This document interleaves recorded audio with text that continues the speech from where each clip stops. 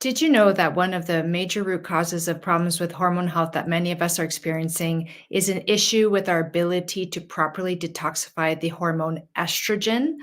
Welcome to the Wild Wisdom Show. I'm Dr. Patricia Mills, a holistic medical doctor with a root cause approach to health. And today we're going to be diving deep into how to improve your estrogen detoxification for better hormone health. And specifically, I'm going to be looking at how to do this through lifestyle, so nutrition, exercise, toxins awareness, and how to negotiate toxins in our environment, as well as supplements that have been proven to support estrogen detoxification pathways. So, what we want to do is get an understanding as to why this is important. So, did you know that you actually have three different kinds of estrogen in your body? So, for women, estradiol is the most predominant in our fertile years. When we become pregnant, then the estriol version goes into ascendance.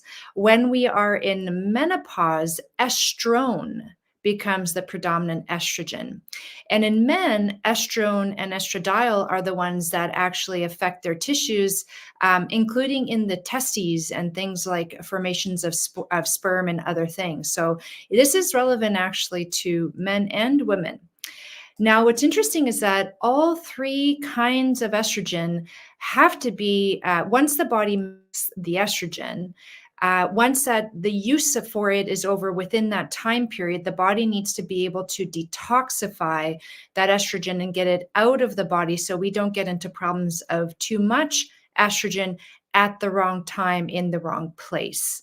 And what the body does is it'll break down these estrogens into smaller pieces, which are called metabolites, so breakdown products of estrogen.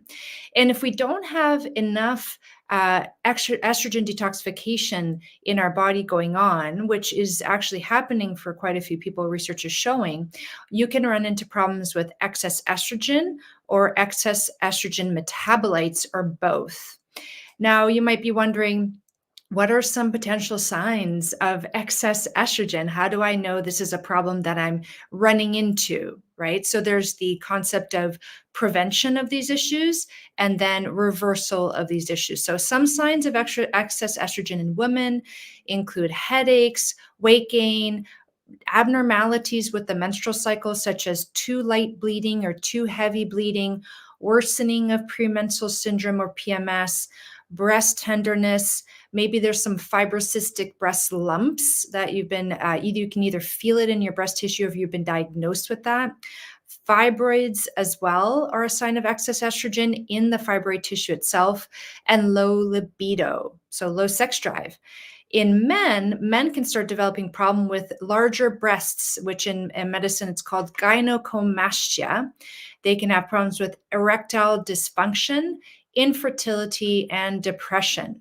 So men have estrogen in them, and it does have effects. And just like women have testosterone, and that has effects. So we all need to maintain our estrogen pathways of detoxification in order to have healthy hormone balance. And interestingly, certain metabolites, so certain breakdown products of that estrogen, has been linked to an increased risk of estrogen sensitive cancers like colon cancer, breast cancer, uterine cancer, and ovarian cancer, as an example.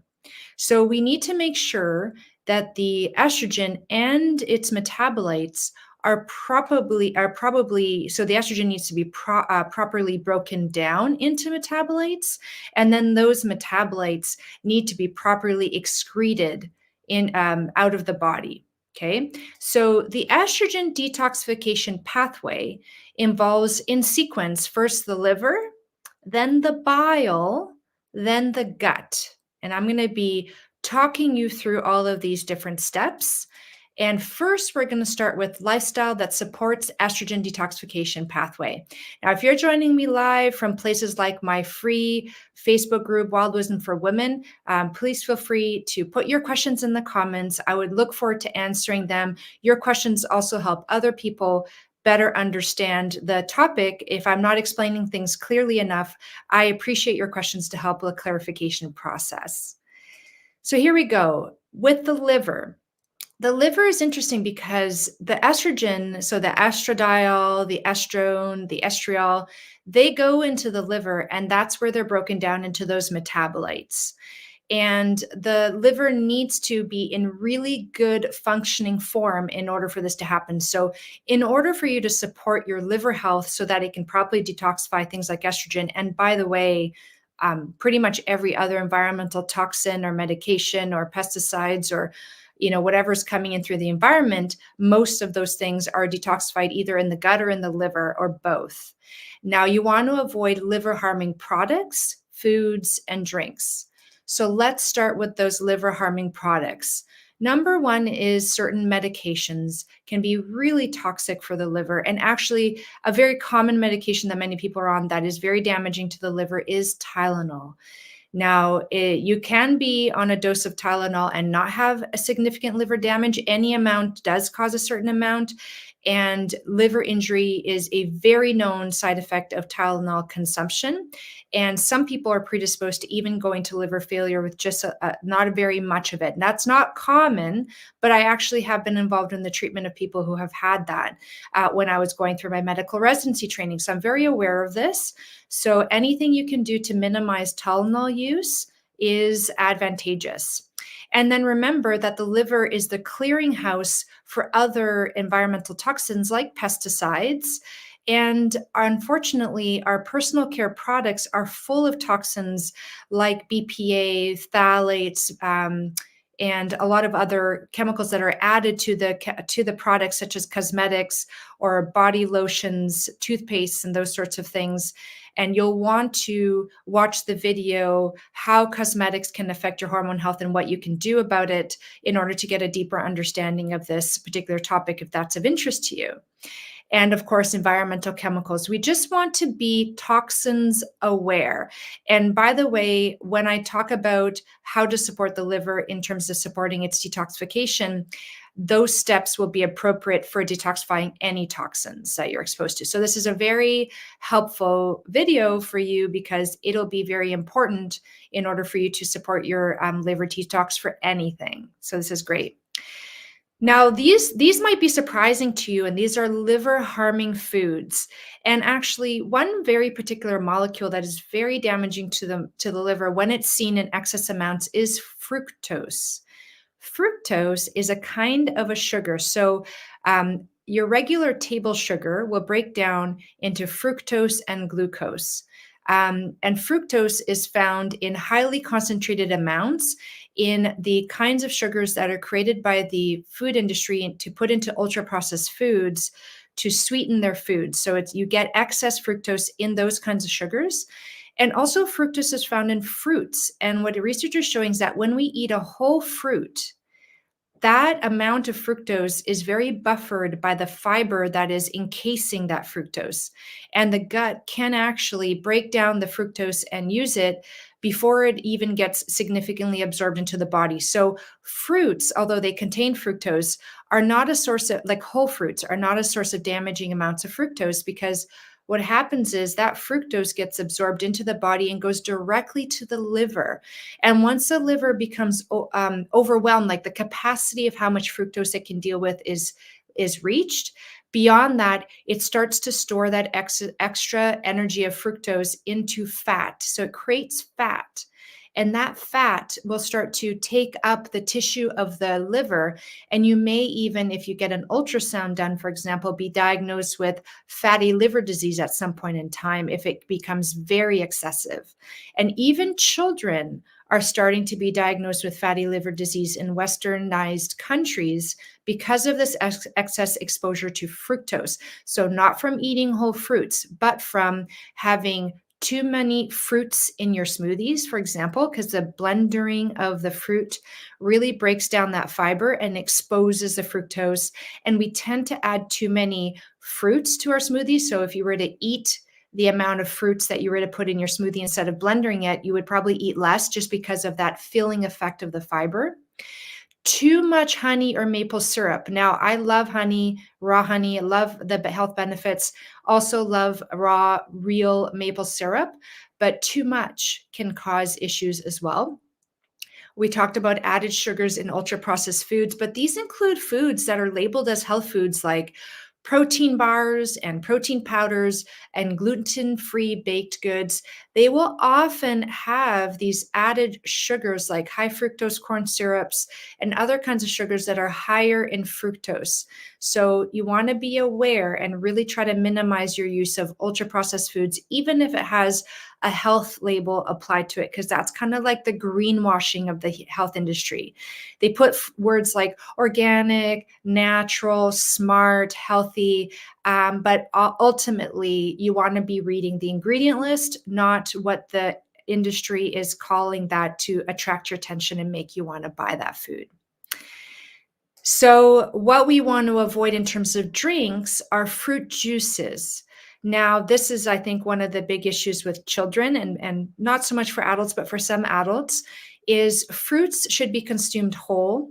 Fruit juices really should be limited to when that fruit is locally in season and it's being prepared fresh, raw, and you drink it in very small amounts during that very short period of time. So, for example, Concord grapes are seasonally available for a couple of weeks in Canada, in British Columbia, and having a nice Concord grape juice for, a little bit here and there during those 2 weeks, that's fine. It's the daily consumption of fruit juices and replacing water with fruit juice as a hydration beverage, which, by the way, it is not. The sugar in fruit juices is dehydrating. So you want to minimize or avoid or remove fruit juices if that's possible. And the second one is more applicable to adults, and that's alcohol. Now, that could be also applicable to young children who are overdoing it, teenagers and adolescents, unfortunately. But generally speaking, alcohol, as we know, is very damaging to the liver. And there's a lot of debate as to what a healthy amount of alcohol is. Some people are saying no amount of alcohol is healthy. Probably 1 to 2 drinks a week is okay, as long as you're having it on a full stomach. Sorry, you want to have it on a full stomach, not an empty stomach. And for psychological reasons, in a company of others and having a good time, drinking alcohol on your own is associated with an increased risk of issues with addiction versus having it in the company of friends and creating fun memories together. That is shown to be a more healthy psychological use of alcohol. So I know a lot of women and men come home after a long day, and you're trying to relax and unwind, and we will reach consciously or unconsciously for that glass of wine or that alcoholic beverage, that beer, whatever it is that gives you that sense of relaxation. For the sake of hormone health, you're going to have to work on that. With all loving kindness, that's something you're just going to absolutely have to figure out. You're going to have to find other ways to self-soothe and to relax yourself. Maybe it's a nice herbal tea. Maybe it's exercising, going out for a walk, calling a friend. Maybe it's relaxing to nice music. Whatever it is that can get you to self-soothe and relax that does not involve alcohol will most definitely help your hormone health. And then the third one is sweetened drinks. And I see a lot of people going into the grocery store, and they go into the aisle where they sell any kind of drinks that's not water. Just stay away from that aisle. Really, we should be consuming water as our main source of hydration, some herbal teas, coffee if you tolerate it on small amounts on a full stomach, and again, the occasional social alcoholic beverage, if that's what you like to do, again, on a full stomach and ideally in a social situation that evokes pleasant memories and a good experience. So that is very good for the liver in order to support that. Now, that's the things you wanted to remove. What can you add in to support your liver detoxification, or at least make sure you're getting, if you aren't getting it enough already? And that's number one, getting enough protein. And number two, getting enough phytonutrients from plants. So interestingly, the liver needs protein, vitamins, minerals, and phytonutrients. Phytonutrients are the specific category of chemicals only found in plants.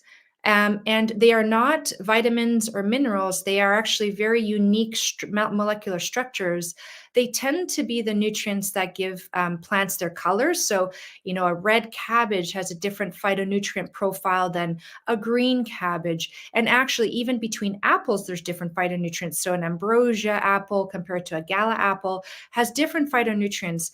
And these phytonutrients, when we eat these plants, they are absorbed and used by the liver to heal the damage that is done from the process of detoxifying toxins. So the liver takes a hit when it does any form of detoxification, and it needs the phytonutrients to put out the fire of the damage, so to speak. So they're like antioxidants, anti-fire molecules. If you don't have enough phytonutrients coming in through your diet in the form of plants, you're going to run into problems with your liver health. Same thing for protein. If you're under consuming protein, the liver needs protein, whether it's from animal foods or from plant foods. You need to be paying attention to your protein intake. How much is a very controversial topic these days. Right now, I'm sitting at between 20 to 30 grams of protein per meal, assuming you have 3 meals a day, is probably going to be enough to at least ensure that you have enough protein for liver health and other bodily functions. Now, what we need to know about the bile. So that's the liver. So we need to make sure, and I'm going to summarize this at the end, like what does eating for liver health look like? I'm going to be giving you some tips. Now, the bile part is so interesting because we don't often think about bile, but bile is what the liver makes. And bile serves multiple purposes. One purpose of bile is that it's a place where the liver dumps out those metabolites of various different toxins, including estrogen and those toxic estrogen metabolites. So that's where the liver puts it into. So it packages into bile. Liver also packages certain things into bile that when excreted from the gallbladder, or if you don't have a gallbladder, the liver just drips the bile out into the gut. So the bile goes into the gallbladder. The gallbladder contracts with a meal. It senses the fat in a meal, and that fatty content causes the gallbladder to contract. The bile then gets excreted from the gallbladder into the gut. So it kind of goes woo down like a little slide into the gut and lands into the gut where it gets mixed up into the poop. Okay. And that bile, when it's in the poop, when that bile is in the poop, it's carrying the toxins, and also carried with it the nutrients it needs to help the body break down fat to properly absorb fat. So healthy bile production from the liver, and then if it's going into the gallbladder, that pumping motion of the gallbladder is like a little balloon, and that balloon has a muscle to it, and when the muscle contracts, the balloon squeezes the bile out. So in order to have healthy bile, you need to have the same nutrients that the liver needed, which we've already covered, which is enough protein, enough phytonutrients, minerals, and vitamins, which you get from the plants, plus enough hydration, which we'll cover. You need enough water so that bile doesn't get thick and kind of lumpy, and then you end up developing problems like gallstones, right? Stones of bile in the gallbladder, which can be very painful. They can get infected, and it might even cause some people to require the removal of the gallbladder itself. So adequate hydration plus bitter foods. Did you know that contraction of the gallbladder is also stimulated by the bitter taste on the tongue? And we are not, as a society, a westernized society, we are not eating a lot of bitter foods. Bitter foods are things like greens like arugula or dandelion leaves, cruciferous vegetables like broccoli, cabbage, kale, cauliflower. Cacao is bitter, like in dark chocolates, horseradish, and herbs like chicory, gentian, and milk thistle. Those are all bitter tasting foods that help that healthy gallbladder contraction, so you don't get that sludgy bile, the gallstones, and the infection of the gallstones. So those are all very important to incorporate. And in the gut, what happens is when you get that healthy bile formation and the healthy bile excretion, you're going to get that bile mixing into the poop when it gets dumped into the gut. And then that bile in that poop is exposed to the gut microbiome. And I'm going to explain to you how is it that the gut microbiome has issues that affects the estrogen metabolism.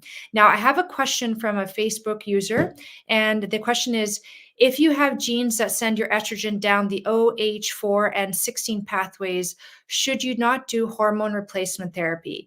Okay, I'm going to put this question into context for those of you who don't understand this question. When that estrogen, and as a little review, remember it's estradiol, estrone, and estriol. When they're broken down into metabolites, they are broken down into three general categories of metabolites. And the three general categories are a 2-OH, 2-hydroxy, 4-OH, 4-hydroxy, or 16-alpha hydroxy. So that's the question between 4-OH and 16. And what research shows is that the 2-OH metabolite is pretty safe. It doesn't increase our risk for cancer, but the 4-OH and the 16-OH metabolites do.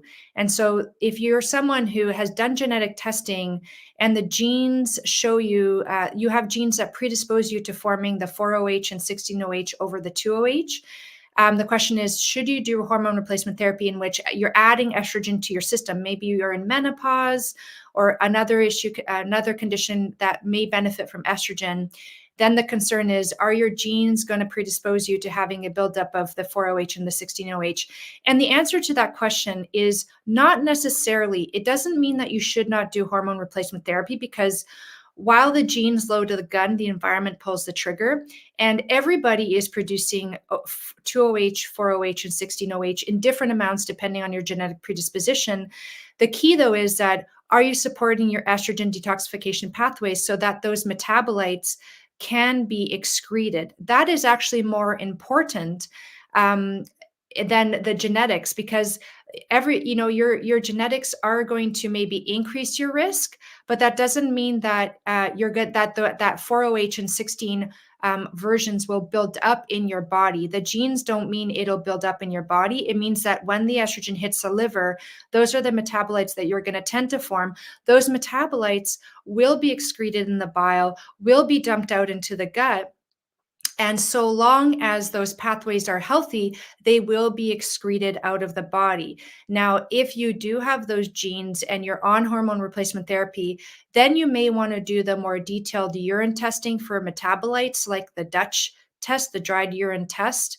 And that's something that you would invest in, that you would have to pay for out of pocket. And it costs anywhere between $300 and $600 at the time of this recording. And so you may want to check that, but it still won't tell you whether or not your estrogen detoxification pathways are clean and up and running. The only way to ensure that is through this lifestyle. So it is important for you to be aware of these pathways. So we're going to continue down the pathway now going into the gut, because I want to teach you how to maintain those pathways healthy, so that if you need to be on estrogen therapy for menopause, which the Facebook user has clarified as being the reason that they are considering or on HRT, hormone replacement therapy, the reason you go on HRT is because you're having debilitating symptoms of hot flashes or night sweats, those kinds of things, or you're trying to, you're going into the anti-aging domain, or maybe you're going into prevention of dementia or osteoporosis. There's some really good research supporting that use of HRT. So those are good reasons to be on it. However, if you're on it, you have to pay extra attention, and you'll probably want to be on the supplements, actually, that I'm going to be talking about towards the end. So if you have any issues with your estrogen detoxification pathways, either genetic or otherwise, or your lifestyle, you may want to consider the supplements that I'll discuss towards the end. So that will be very, very relevant to you. So the gut microbiome, as I was talking about, is in the gut, and that's the collection of organisms, which are bacteria, viruses, yeast, and other like tiny little living organisms that you can't see with the naked eye, but they're living there in our gut like a community, just like they're in the soil in the garden. They're in the mucus in our gut. Our gut is like a garden. It's just kind of beautiful, similarities between us and nature. And that gut microbiome has many functions in the body, including assisting with hormone detoxification. And actually, the research is now calling it the estrabolome, the microbiome that affects estrogen detoxification. And so, if you're, really into the nerdy science like I am, just go into PubMed, which is an online repository of research articles, and type in estrabolome, Estrabolome, and you will find the research on it. It's fascinating. And in a nutshell, what that research is showing is that if you have a healthy gut microbiome, and we'll go into how to support that, your estrogen will stay in the poop and be eliminated. It increases the chances that toxic estrogen, that 4-OH and the 16 alpha hydroxy ones, will stay in the poop and not be reabsorbed into the body, because when the unhealthy gut microbiome gets a hold of that estrogen metabolite, it actually changes it in a way that will cause the body to reabsorb it. And now you're running into those toxic metabolites of estrogen increasing in the body, rather than being excreted through the poop. That would be a problem. And that is not genetically determined. You would not find that issue on a genetic test. There is actually no test right now that we know of to determine if you have an unhealthy or healthy estrabolome. So, what you need to do is do the lifestyle that supports a healthy gut microbiome. And sometimes you may need some specific supplements. So, for example, in order to have a healthy gut microbiome, you want to avoid or minimize ultra processed foods, because the food additives have been proven to negatively affect the food microbiome, period. Unfortunately, it's so sad. And it's just one more reason to really focus on a whole foods diet.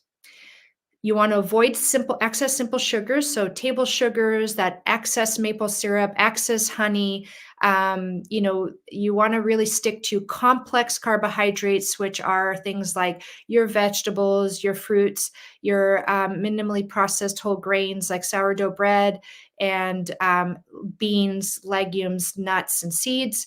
You want to avoid excess pesticides. So you may not be able to eat all organic, but you want to minimize pesticides as much as possible, either washing your fruits in a baking soda water solution, which has been proven to take the pesticides off of the surface of the fruit. And the ratio of that was scientifically studied was 2 teaspoons of baking soda for every 2 cups of water. So if you're using 6 cups of water to wash your apples or grapes, you then add 6 teaspoons of baking soda and let it soak for at least 15 minutes. Again, that research evidence protocol. Trying to avoid the high pesticides foods, which are the scowl foods. So those are soy, corn, oats, other whole wheat grains. So any kind of grains are very sprayed. Legumes such as beans are very, very sprayed. Okay, so you want to avoid the scowl foods. Buy those organic. When I say avoid, I mean don't try to buy the organic version if you can. All right, if you can, and then save your money on the thick-skinned fruits like the avocados and the bananas, and the foods that you can remove the outer layers like cabbage. That kind of thing can be helpful to minimize your exposure to pesticides. You want to avoid too much coffee. So coffee has many health benefits, but too much, particularly on an empty stomach, can be a bit acidic for the gut and a bit irritating. And again, you want to avoid excess drinks other than water and, herbal teas, but again, leaning towards the water. And I have a video on how to mineralize your water at home with natural salt that I think you're going to find very useful, because the key is you want to drink mineralized water. And a lot of our filter water has lost its minerals. And so it's not as hydrating as water that has minerals, or in other words, electrolytes in them. And a lot of the powder electrolytes you can buy in stores have a lot of that added sugar. So just using like a Himalayan salt or a gray salt, pink salt, I go into that in a video, and I will put in the caption the link to that video should you want to dive into that fun aspect of health. If you need to take antibiotics, which have been shown to decimate the gut microbiome in a negative way, so when I say you need to, is that it's not for a viral infection, it's a true bacterial infection that requires the use of an antibiotic. So working with your doctor to really ensure that that's what you're being prescribed, right, is the antibiotic to really be life-saving. If you're going to take antibiotics, take it with probiotics. So, probiotic supplements have been shown to help reduce the damage of antibiotics on the gut microbiome. You start taking them with the antibiotics 1 hour apart, at least. So, not together, but at least 1 hour apart. So, the antibiotic doesn't kill the probiotic.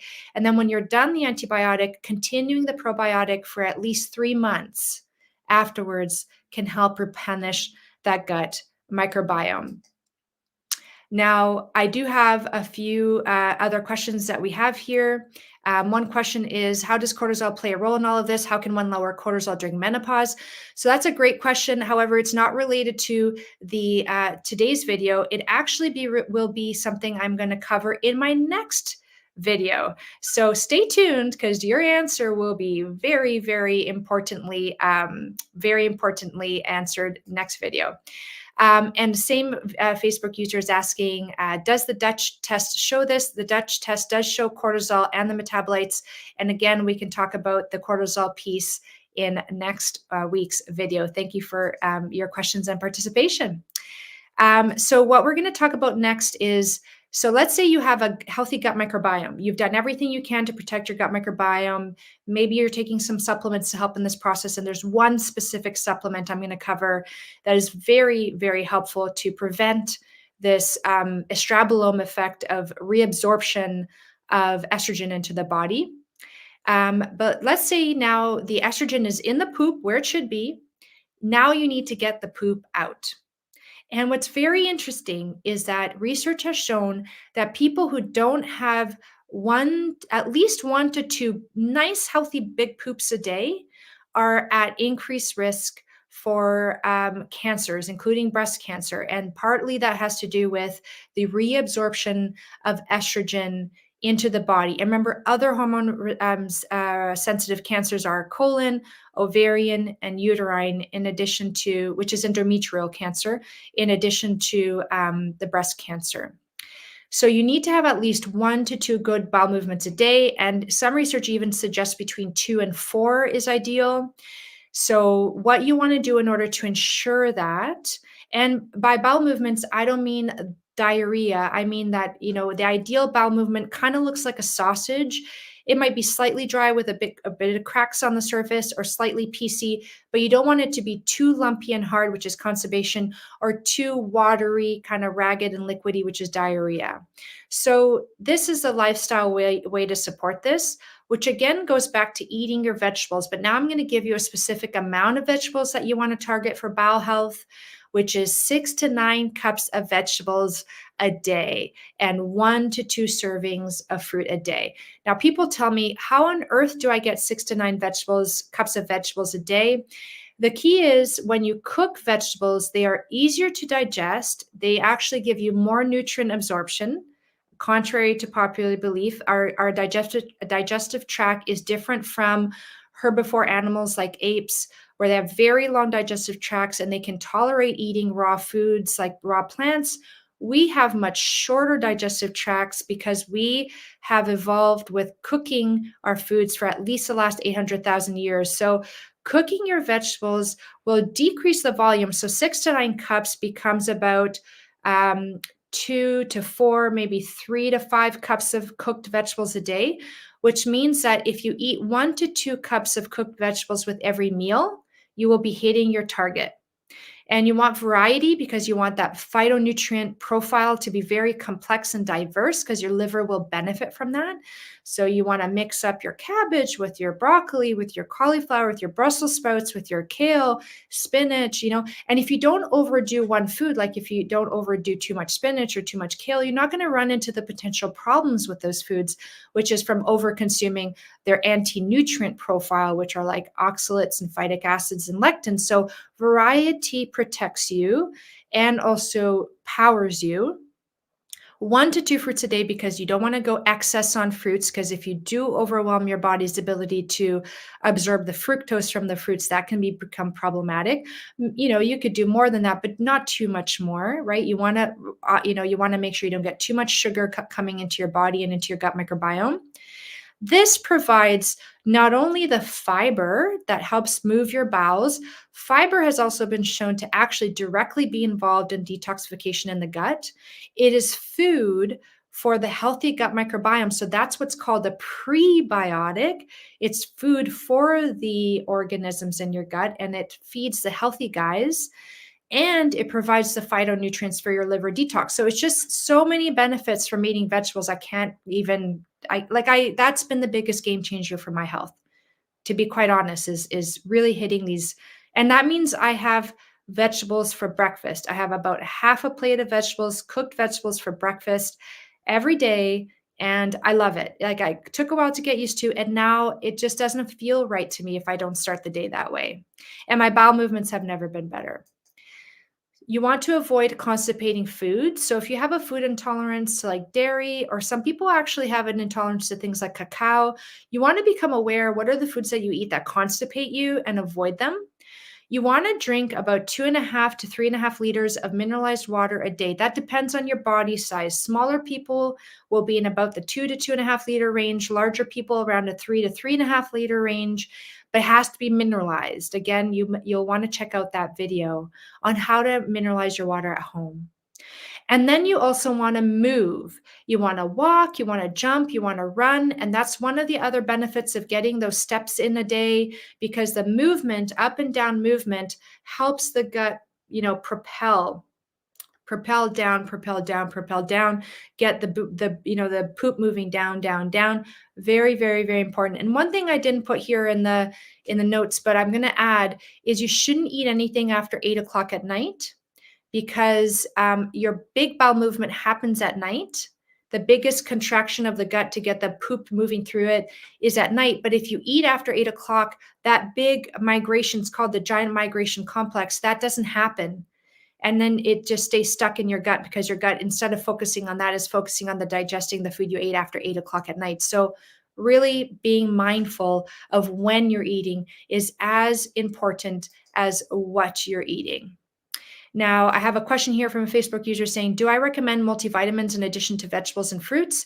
Ideally, if you're hitting those targets that I described, then the answer is no, and especially if they're organic. If you're eating non-organic fruits and vegetables and you're not hitting your targets, then you may want to consider supplementing with multivitamins. And actually, the supplement that I'm going to be covering soon would hit all of those targets for you. So that'll be something that'll be useful as well. So a healthy estrogen lifestyle, in summary, before we move on to the supplements, are meals should have some bitter foods in them. And I'll be suggesting a supplement that you can try if you find it hard to incorporate bitter foods in your meals. Getting those 1 to 2, maybe even 3 cups of cooked vegetables, depending on your size, for each meal. Getting enough protein for each meal, which generally speaking is about a palm-sized serving of some kind of animal meat, or really looking at if you're vegetarian or vegan, looking at the protein content of the vegetables and beans and whole grains that you're eating, making sure it all adds up to about 20 to 30 grams a meal. Having a healthy source of fats and carbohydrates. So, you don't want ultra processed foods with carbohydrates. You want, your healthy sourdough loaf, or your sprouted breads, or your, dense rye or pumpernickel, like those kind of healthy carbs, whole grains like rice or quinoa, teff or millet. You want to focus on your healthy fats like extra virgin olive oil or avocado oil or avocados. Those kinds of foods. And I've also done the video, How to Eat for Hormone Health, and I go into a lot more detail as to why that is important. For snacks, if you're going to have a snack, that could be where your fruits come in, your healthy fats and fibers from your nuts and seeds. And again, incorporating veggies into your snack as well, like, carrots with hummus, or nut butters with celery. That kind of thing can be very satisfying for the taste buds and for what your body needs to nourish itself and have healthy hormones. You want to Focus on hydrating with water when you first get up, and then between your meals, like between breakfast and lunch and dinner, make sure that if you feel hungry in between those meals, you drink water first to eliminate any chance that that hunger craving is actually a water craving. Sometimes we confuse a dehydration signal for a hunger signal. And so just drinking your water first, waiting half an hour, and if you're still hungry after that, then have your healthy snack. Now we're going to move into supplements that support estrogen detoxification, and I'm going to be covering why you might want to consider supplement, when, and which ones to take. So, why supplements have been shown to have, in certain conditions, a more therapeutic effect than foods. They are usually, molecules that are found in nature, like plants, like vegetables and fruits, and they are then concentrated, studied, and provided in supplements in higher doses than you could ever find in nature. So that's why some people consider taking supplements. Also, generally speaking, they have a lower risk of side effects than medications, although they are very therapeutic and can be very effective. So sometimes they can cause side effects. So that's something to be aware of when you're taking them, to watch for that. So when should you consider taking the supplements? If you are high risk of estrogen dependent cancers. So for example, either you have a family history of those kinds of cancers, right? The colon, breast, ovarian, endometrial, uterine, or you've had the genetic testing that shows that you are more likely to produce the more toxic metabolites of estrogen, like the 4-OH and 16 alpha over the 2-OH kinds. Maybe you're taking estrogen therapy for things like menopause, and you want to make sure that the estrogen that you're taking in is being properly detoxified. That would be a time to consider it as well. Or you have the signs of excess estrogen, which I covered at the beginning, and you may want to go back and review that. So, I'm going to cover three key supplements because while there are so many out there that are available, let's focus on the heavy hitters, the ones that have research behind it to demonstrate that they do support the detoxification pathways and they're safe to take, which I really like. So, supplement number one may surprise you, but it's chlorella. And the kind of chlorella you're looking for is the broken cell wall.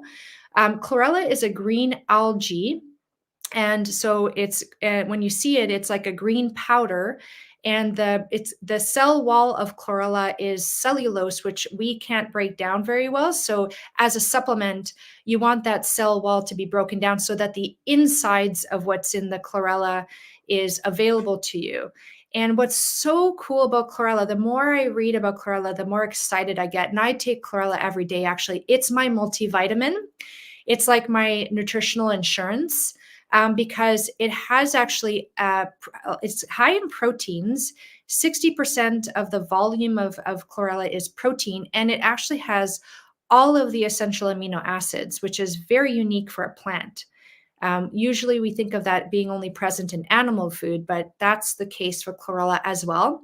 It also has all of the vitamins, including vitamin B12 and vitamin D2, which are usually not found in plants. So again, a very unique nutrient profile for this kind of food slash supplement. It's also high in minerals like iron and potassium. They did a very interesting study in women who were pregnant in their second and third trimester. They randomized the women into two groups, gave one group the chlorella, the other group did not give a supplement.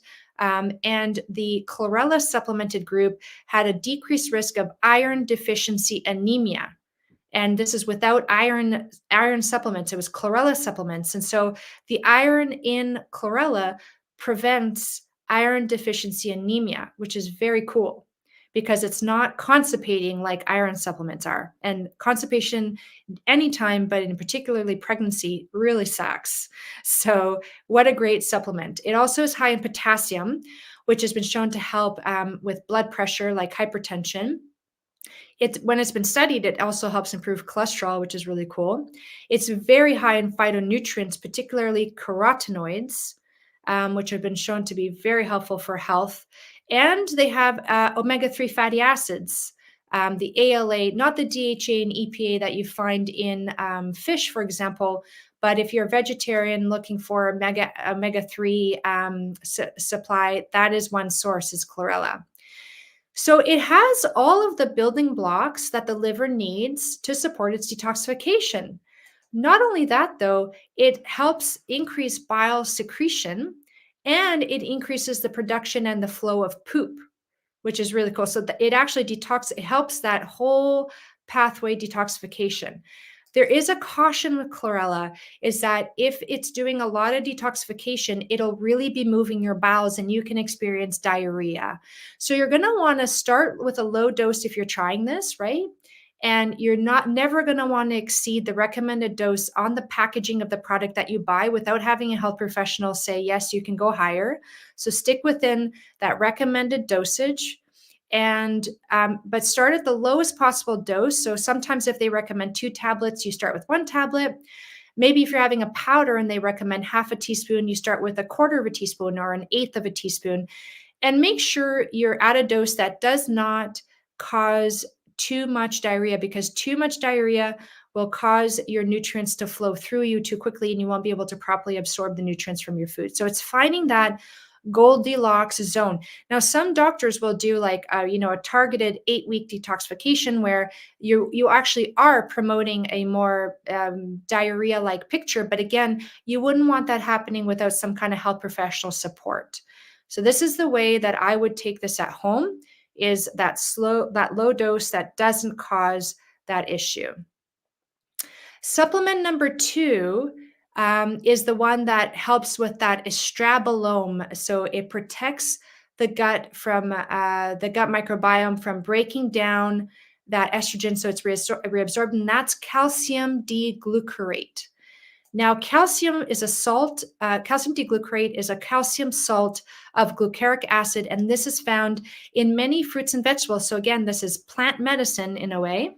And the highest concentrations are in oranges, apples, grapefruits, and the cruciferous vegetables like your broccoli, cauliflower, kale, mustard greens, cabbage. So remember, your cruciferous vegetables, they've got the fiber, they've got the phytonutrients, they've got the bitter taste, and they have calcium D-glucarate. So go to town on those vegetables, but eat them cooked because raw will be very, very hard on the stomach, okay? And eat them with that healthy source of protein and carbohydrates that are not vegetable-based, but more of your whole grains and such, because your body needs that variety.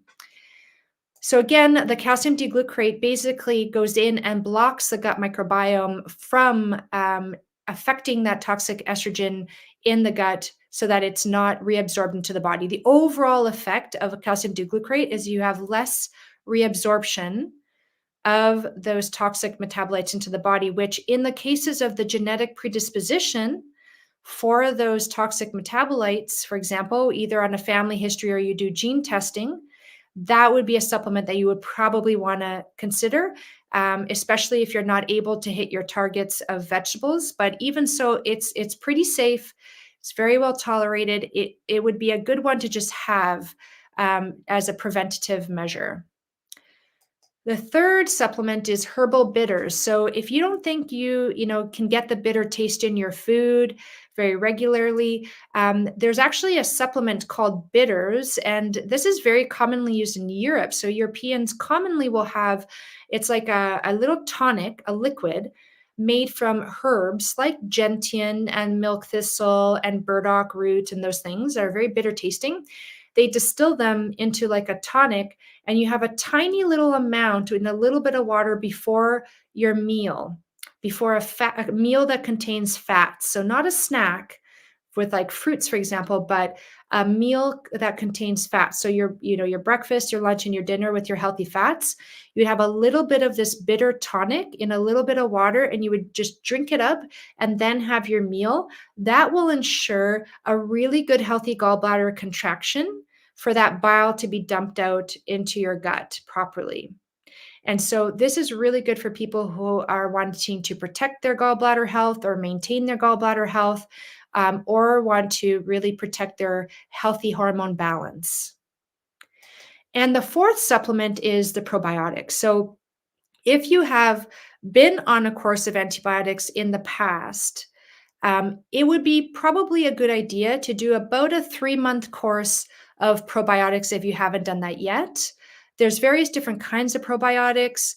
There's three major categories of them. There's the Saccharomyces boulardii, which is a friendly yeast, which has been shown to help recover from infections. Like, they're not infections, but overgrowth of certain organisms like bacteria, yeast, and parasites in the gut. There's the Lactobacillus bifidobacterium blend ones, which are the kind of probiotics you find in things like fermented foods. But fermented foods may or may not be enough to help you recover from antibiotics, especially if you've noticed your gut hasn't really quite been the same after an antibiotic course. You may need a 3-month course of probiotics. So if you have any kind of suspicions that you may have had your gut microbiome affected by probiotics use in the past, then I would recommend, I suggest about a 3-month course of probiotics might be just like a good insurance policy. And again, remember, if you do have to take antibiotics, take it with it 1 hour apart, and then for an additional 3 months after. I know some people are going to be watching this and thinking to themselves, well, what about DIM? And if you've never heard of this, don't worry. This is more for people really in the health space. So DIM is diindol. I also have a hard time pronouncing this, diindolylmethane. And it's actually a molecule that is you end up getting this molecule in your body after eating, again, those cruciferous vegetables. So these cruciferous vegetables are just so good for hormone health. And the reason I'm not going to recommend this here is because DIM does not actually help with detoxifying estrogen. It actually goes in and affects the DNA, so your genetic expression, where it interacts with it in a good way to protect you from estrogen conditions like estrogen cancers, like breast cancer. So it's been studied extensively, especially in the breast cancer world, and the results are phenomenal. So while I can't say it supports estrogen detoxification, it can be helpful for people who are very in tune with breast cancer prevention, either primary or secondary, like you've had breast cancer, you want to avoid getting it again. So what I want you to come out with this, though, is that the take-home message is you cannot out-supplement an estrogen toxic lifestyle. So whether or not you have the genetics for this, it's really the environment and your lifestyle that will, the genetics may load the gun, but the environment pulls the trigger. And you may not even have the gene that predisposes you to these cancers, but you can actually have such a toxic lifestyle for estrogen detoxification that you actually get these estrogen, dependent hormones or excess estrogen symptoms and conditions. So it really matters that what I'm teaching here today, you need to really pay attention, take this on. Wisdom is knowledge in action. Knowledge alone is not enough to give you the results that you desire. Knowledge just creates a walking encyclopedia. It doesn't create a healthy person. So that's what you need to do. So remember, as a summary, a healthy estrogen lifestyle is you want to have your meals with bitters, either the supplement form or the food or the taste, 1 to 2 or more cups of cooked vegetables, a healthy source of protein, a healthy source of fat and carbs.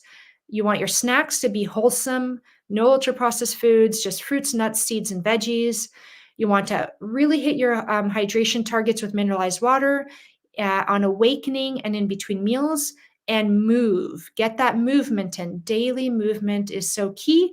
And don't eat after 8 o'clock, period. Okay. So I hope you found this helpful. If you're watching this, please feel free to put your questions in the comments. I loved hearing from you and answering your questions. Thank you so much for joining me today. If you did find this helpful, please subscribe, save, and share. Sharing is caring, and you never know when someone's going to benefit tremendously from a piece of wisdom that you share with them. So thank you very much. I hope you have a wonderful rest of your evening, day, or night. Goodbye.